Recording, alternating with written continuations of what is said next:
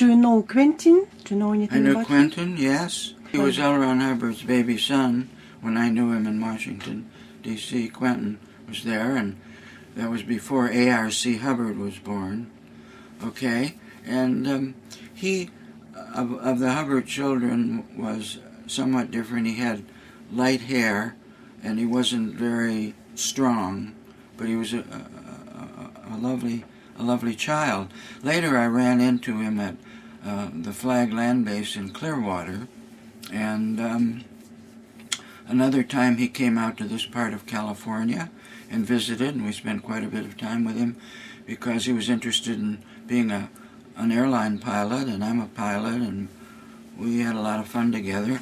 Later I heard that he had killed himself in Las Vegas, and that he might have been, or was, or is homosexual, but had a terrible problem because Ron, if you've read Science of Survival, laid some very heavy things down about homosexuality, which we see today as not being really very good and having a terrible effect on homosexuals because they're human beings. They get case gain, they can be cleared, and when they're not kept in the closet and horribly persecuted, they're sane people. They're not all 1-1 because they're homosexual, which was stated, unfortunately, in the book Science of Survival. So L. Ron Hubbard could be wrong, and the idea that he could have a son that was gay just was something in his universe that was not possible. And I think it helped drive Quentin over the edge. Because he really loved his father, but there was this terrible gulf between them. All right. Something else I wanted to ask you about the technology, like how it was changing through the time in the church. What can you say about this? Because you knew it from the very beginning, from the 52. Pretty much yeah, from the beginning. Yeah. And what can you tell about the tendency, how it was changing? Well, keep in mind that by 1980, I had decided that the church and Ron had gone too far in a direction that was not similar to the way we started out. And at that time, I ended my association with Ron and the church, not to be continued. 1980. So what's happened from 1980 to 2010, I only hear from other people and I read about. But at least up to 1980, what I think of as the tech had undergone some changes that I thought were based on Scientology's church becoming really a business instead of a church. I think it was modifying the tech in the direction of selling and making a lot of money and marketing falsely certain things, all aimed at money, money, money, which, yes, you have to have some money in to keep people eating and pay the rent and all that, but that got out of control, even though Ron, in one of his famous letters or policy letters, said money motivation is the bottom of the scale. But it ended up as the top. So probably the scale went upside down. It did an inversion. Yeah. Yes, especially when he took Ruth Minshall's books out and put in Les Dane, a used car salesman, as an important aide to registrars in his book that was called, what was it called? Big League Sales Closing Techniques, where you close in on the PC or this whoever you want to sell to and overwhelm them until they spend money, mortgage their houses and do all those terrible things. But anyway, up to 1980, it was still not horribly bad, although I can't vouch for what was going on in the Sea Organization, because Ron could get pretty ugly. But the Ron that I still love and adore, and whose ideas I still follow, is the Ron Hubbard from 1950 to about 1965 or 68. That's my Ron. There's these other Rons at different periods.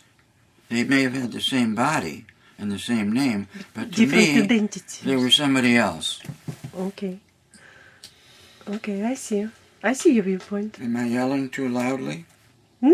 Am I talking too loud? No, everything is very I'm quite passionate about Ron, because there's a tendency now to talk about him as he was always crazy.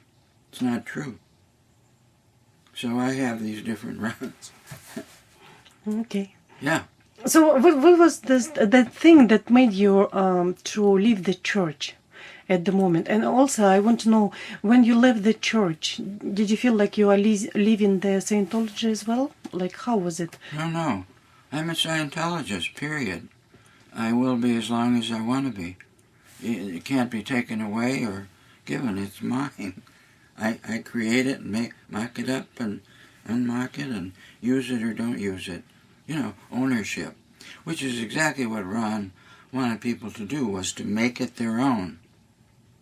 Now it's not the way it is anymore. But that was the way it started out. Make the technology and the way to use it your own, and be able to create it and to destroy it so that you're free. You can do anything you want with it and make it work for you or not. And that's where I'm coming from. All right, so you didn't leave the Scientology, you just left the building. I'm an ex-member of the Church of Scientology, not an ex-Scientologist, which is, I don't know what that means. Nonsense. Yeah. Nonsense. Okay. Okay. This is good. And This is fun, by the way. I love being able to speak. When I had a mission here in Palo Alto for 10 years, every Sunday I delivered an hour sermon, all about Scientology, Dianetics, the whole works. So 10 years, every Sunday. Sometimes Alan Walter would come and speak.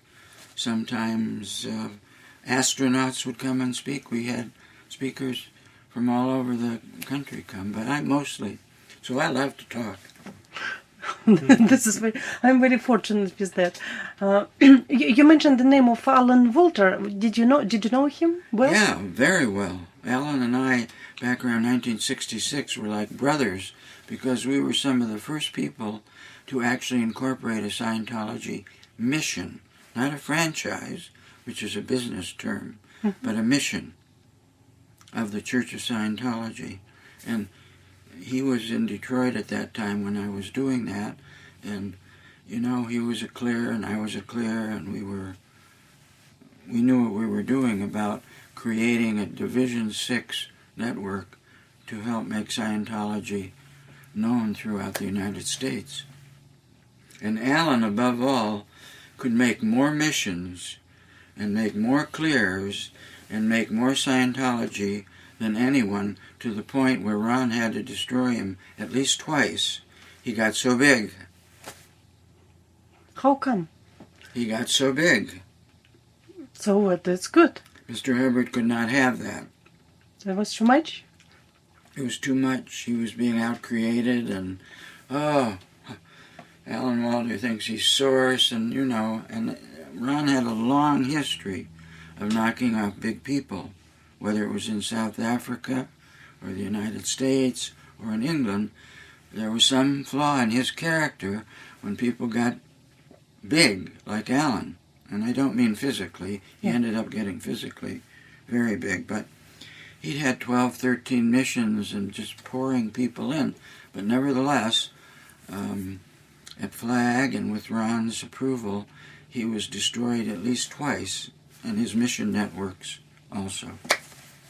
What do you think it was? Competition or like?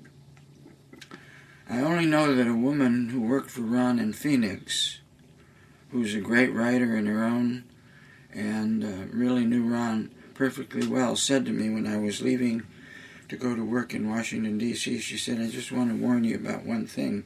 If you get too big, he'll knock you off." And by big, it's just too OT.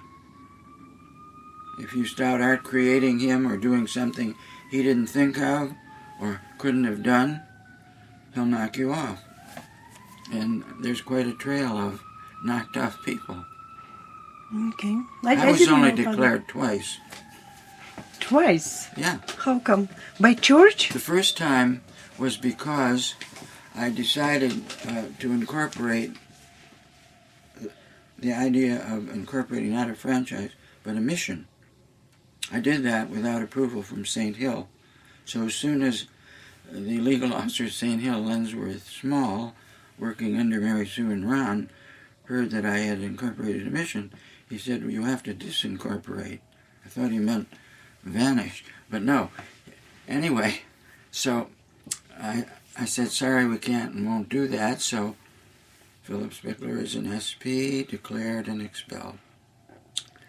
It took me about 6 months or a year to straighten that out. In the meantime, Ron Hubbard, we now call our franchises Missions of the Church of Scientology, who are under the umbrella of the church and may incorporate as tax-exempt non-profit organizations. So I just got a little bit ahead, and I got my ass kicked.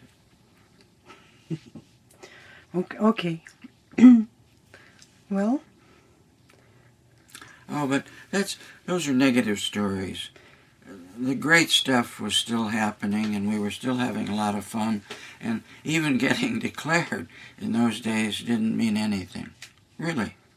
It meant a little problem here and there, and it could be straightened out, and it didn't. And even Ron would even write an apology. Like one time when I was working at the church, he didn't like the numbers I put on a door all over the church in Washington, D.C. So he comes in as usual, 10 o'clock, and I hear somebody screaming and shouting at the top of their lungs, who the hell did this? And he's ripping them off the door whenever possible. And when he gets upstairs, you can hear him in his office with Millie Dean, who then became Millie Dean Galusha later, who was his HGO sec, screaming at the top of his lungs about that goddamn son of a bitch, Phil Spickler, putting those numbers on the door. Da-da-da-da-da-da-da-da.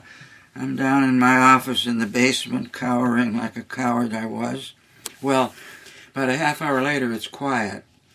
So I creep upstairs and look in. There's Millie, and she's like, "Not now, Phil." I said, "No." She said, "Don't see him now." So I creep back downstairs to my office. I'm sitting there thinking, boy, he's really mad at me. Here I thought I was doing the right thing.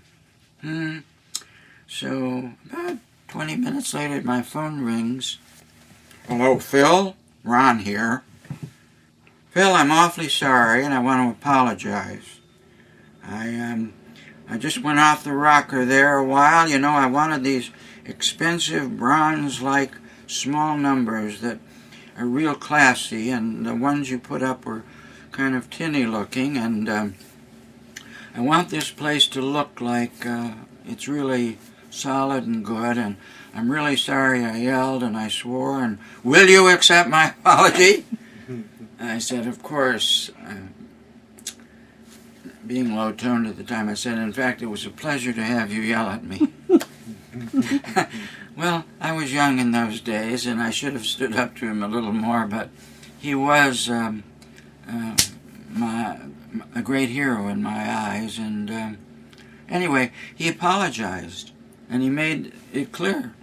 Now, when he got to be the Commodore, if you screwed around with him, he didn't apologize. You went overboard or out, maybe never to be seen again,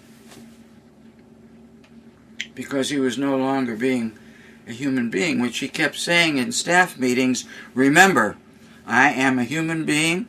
Do not try to elevate me to be a god or anything like that. I'm a human being. I'm flesh and blood, and I have feelings, and I also am pretty good at coming up with technical ideas. Really, that was the Ron I knew. Okay, that was the one of your favorite. That was a Yeah. cowboy in the white hat. Yeah. I'd wear cowboy clothes, and he was always grabbing my sombrero and putting it on and giving it back to me. We had a great time. And in Phoenix, of course, he was even more of a cowboy. Phoenix, Arizona. Yeah. Rode a big motorcycle, cowboy hats, desert, gave those great public lectures that many people have never heard, that were just absolutely marvelous. Not the Phoenix lectures that later became a book, but he gave public lectures that are a treasure. That's my run.